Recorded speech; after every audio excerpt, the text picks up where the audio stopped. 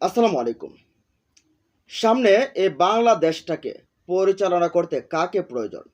BNP, জামাত নাকি ইরানের সর্বোচ্চ ধর্মীয় নেতার মতো খামেনির মতো আমাদের একজন এই নেতা বলতে ডক্টর ইউনূস কাকে প্রয়োজন? কে ক্ষমতায় যেতে পারে বা কেন আমাদেরও এরকম ইরানের একজন সর্বোচ্চ নেতার মতো একজনকে রেখে একটা জাতীয় সরকার প্রয়োজন ছিল? দেখেন, আমরা প্রথমে জাতীয় সরকার এবং কেন একজন ইরানের সর্বোচ্চ ধর্মীয় নেতা এই খামেনির মতো আমাদের একজন প্রয়োজন ছিল এটা নিয়ে একটু আলোচনা করি। তারপরে কে একটু এগিয়ে রয়েছে বা কে যেতে পারে সেটা নিয়ে আলোচনা করব। দেখেন, ইরান, ইসরায়েল সাথে মার্কিন যুক্তরাষ্ট্র যুদ্ধ করলো 12 দিন। শেষ পর্যন্ত মার্কিন যুক্তরাষ্ট্রের গালে তারপর এই যে মেরে তারপরে কিন্তু 12 দিনের মাথায় বিজয়ী হলো কিন্তু ইরান। পুরো আরবদের রেকর্ড ভেঙে দিয়েছে। এর আগে পুরো আরবরা ইসরায়েলের সাথে 2বার যুদ্ধ করেছে, 2বারই আরবরা হেরেছে। ট্রুথ বিষয় যেটা, এটা একেবারে সত্য যে বিষয়টা, এটা হচ্ছে 2বার আরবরা যুদ্ধ করেছে সম্মিলিতভাবে, 2বারই ইসরায়েলের কাছে পরাজিত হয়েছে।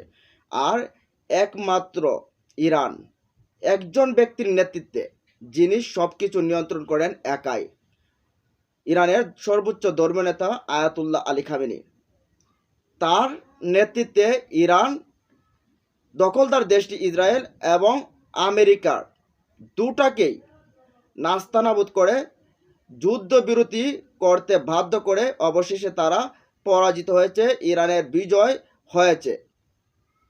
এখন আমাদের দেশে কি সেই সক্ষমতা আছে? ইরান যেভাবে উত্তর দিতে পেরেছে দখলদার দেশটির বিরুদ্ধে, আমেরিকার বিরুদ্ধে, আমাদের কি আছে S-400 যেটা অন্য দেশের মিসাইল বা ক্ষেপণাস্ত্রকে রোধ করতে পারবে? আমাদের কি আছে মিসাইল বা এই এন্টি এয়ারক্রাফট বা আপনার রকেট লঞ্চার এরকম আছে যে আমরা নিক্ষেপ করতে পারবো? আমাদের ঢাকাতে যদি ধরেন খোদ একটা মায়ানমার থেকে যদি একটা মিসাইল ছাড়ে, আমাদের কি এই সক্ষমতা আছে যে এই মিসাইলটা আমরা আটকাবো? ইসরায়েল যে পরিমাণ মিসাইল ছাড়ছে বা অ্যাটাক করেছে ইরানে, এগুলো যদি আমাদের দেশে করা হয় বা ইরান যেরকমভাবে করছে আমাদের দেশে যদি করা হয়, আমাদের কি কোনো শক্তি আছে যে এগুলোকে আটকানোর মতো? আমরা ছোটবেলা থেকে শুনে আসছি উন্নয়নের মহাস্রোতে ভাসছে দেশ, ভাসতে ভাসতে কখনো হাওয়া ভবন, কখনো বা উন্নয়নের যাত্রায় 18 লক্ষ কোটি টাকা পাচার। এই টাকা থাকলে তো আমরা আমাদের দেশকে সমৃদ্ধশালী করতে পারতাম।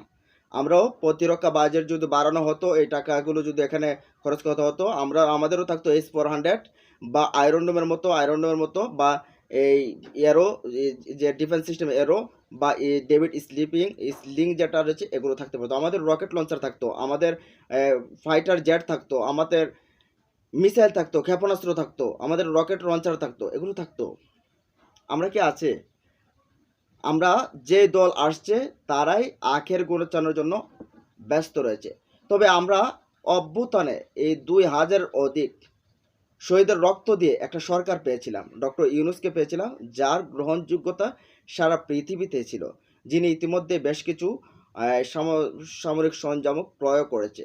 যদি এই ইউনূস সরকারকে আমরা 5টা বছর রাখতে পারতাম, জাতীয় একটা সরকার করে, যে জাতীয় সরকারে ফেসিবাদের দোসররা ফেসিবাদ বাদ বাদ রেখে জামাত বলেন, বিএনপি বলেন, এনসিপি বলেন, গণ অধিকার বলেন বা আশেপাশে অন্য অন্য যে দলগুলো রয়েছে তাদেরকেও এই সম্পৃক্ত করে ইসলামী আন্দোলনের উপরে সম্পৃক্ত করে আমরা যদি একটা জাতীয় সরকার গঠন করতে পারতাম, তারপরে যেখানে নেতৃত্ব দিত ডক্টর ইউনূস, এক পাশে থাকতো তারেক রহমান, এক পাশে থাকতো ডক্টর শফিকুর রহমান, এক পাশে থাকতো মুফতি রেজাউল করিম সাহেব, আল্লামা মামুনুল হক, এদের মতো নেতারা থাকতো, নূর থাকতো, নাহিদরা থাকতো, তাহলে একটা শক্তিশালী ব্যালেন্স একটা সরকার পেতাম।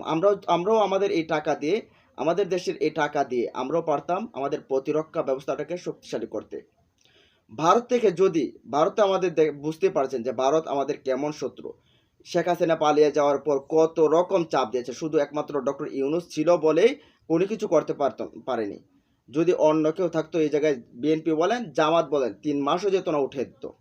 উঠিয়ে দিত যে কোনোভাবে, কিন্তু ডক্টর ইউনূসের কারণে পারে নাই, কারণ জানে জাতি সাপের লেজে পা দিলে ছুবল খেতে হবে। এখন এই মানুষটাকে যদি আমরা ধরে রাখতে পারতাম,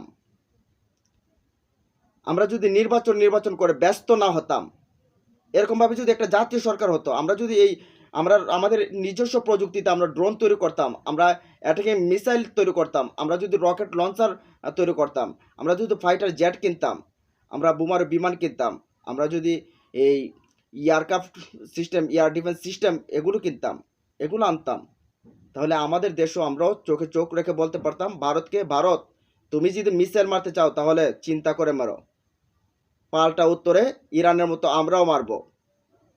এখন কিভাবে মারবেন, কি করবেন? যদি ভারত থেকে একটা মিসাইল মারে ঢাকাতে, সেই মিসাইলটাকে আটকানোর ক্ষমতা বাংলাদেশের আছে? নাই। ভারতের সাথে যতই আমরা গলাবাজি করি না কেন, যতই আমরা টিএসসির চত্বরে গিয়ে আমরা হাজির হই না কেন, কোনো কিছুতেই তো কাজ হবে না। যুদ্ধের সময় এগুলো কাজ হবে?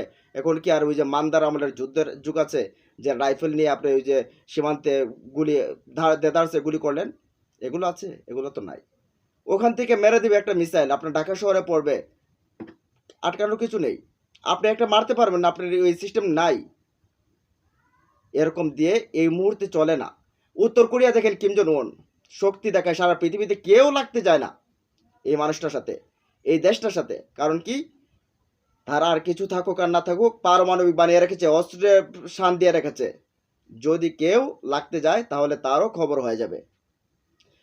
3 বেলা খেতে পাক আর না পাক, কিন্তু তারা সে অস্ত্র যোগান দিয়ে রেখেছে।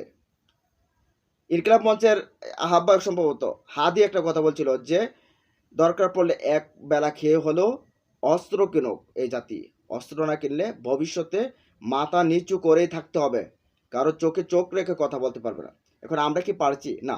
আমাদের কাছে হচ্ছে যত তাড়াতাড়ি সম্ভব নির্বাচন দাও, নির্বাচন দিলেই আমাদের খাবারের সুবিধা হয়ে যায়। এখন এই দৌড়ে জামাত বলেন, বিএনপি বলেন, যেই ক্ষমতায় যায়, আপনারা জানেন, আপনারা ভালো বলতে পারবেন কে যাবে, জামাত যাবে নাকি এই বিএনপি যাবে, তারেক রহমান নাকি ডাক্তার শফিকুর রহমান, কাকে আপনারা ক্ষমতায় নেবেন, কাকে নিলে ভবিষ্যৎ বাংলাদেশ ভালো করবে, সেই বিষয়টা আপনাদের কাছে আপনারা বলতে পারবেন।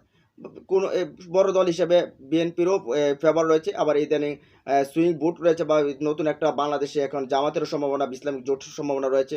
এখান থেকে যে কোনো একটা দল যাবে নির্বাচন হলে, জোট বা বিএনপি যাবে। কিন্তু আমরা কি সেই আয়াতুল্লাহ আলী খামেনিকে পাবো, এরকম একটা সরকার পাবো?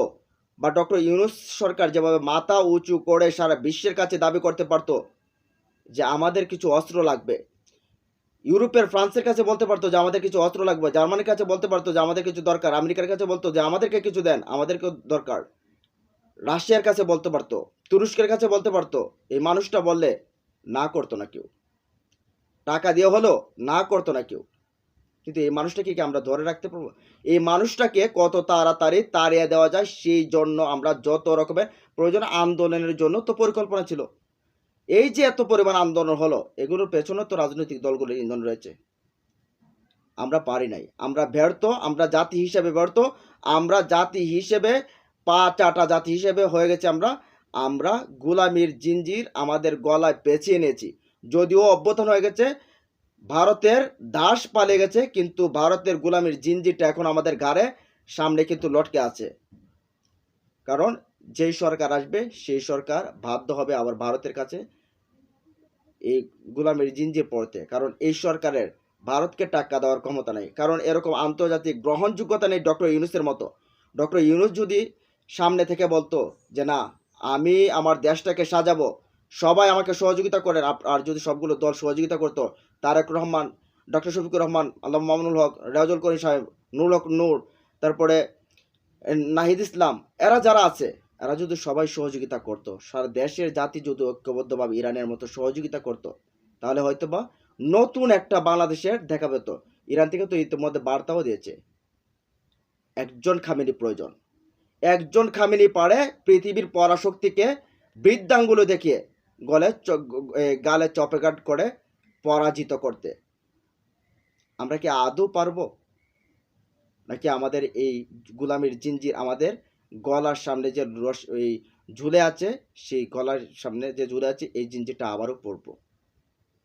তবে আমাদের নীতিকথা হয়তো বা কোনো কাজ হবে না, সামনে যে কোনো একটা সরকার আসবে, আমরা আবারও সেই পুরনো জায়গায় ফিরে যাব। আমাদের আসবে না এয়ার ডিফেন্স সিস্টেম, আসবে না মিসাইল, আসবে না রকেট লঞ্চার, আসবে না আয়রন ম্যানের মতো এই প্রতিরক্ষা ব্যবস্থা, তারপর আসবে না S-400-এর মতো আমাদের ফাইটার জেট, আসবে না আমাদের সাবমেরিনের মতো, আসবে না আমাদের এগুলো, কিচ্ছু আসবে না। আমরা পাকিস্তানের মতো ভারতকে চোখ রাঙাতে পারবো না। মিয়ানমারের সাথে যুদ্ধ লেগে দেখেন পারেন কিনা এখন এই মুহূর্তে, যদি মিসাইল মারে আটকাতে পারবেন না। স্থলপথের যুদ্ধ এখন হয় না, এখন যুদ্ধ হয় আকাশপথে, এগুলোকে আটকানোর ক্ষমতা রাখতে হয়। যাই হোক, অনেকক্ষণ বলছি, এখন এই বিষয়গুলো নিয়ে যদি আপনাদের মতামত থাকে জানিয়ে দিন কমেন্ট বক্সে। ভালো থাকুন, সুস্থ থাকুন, আল্লাহ হাফেজ।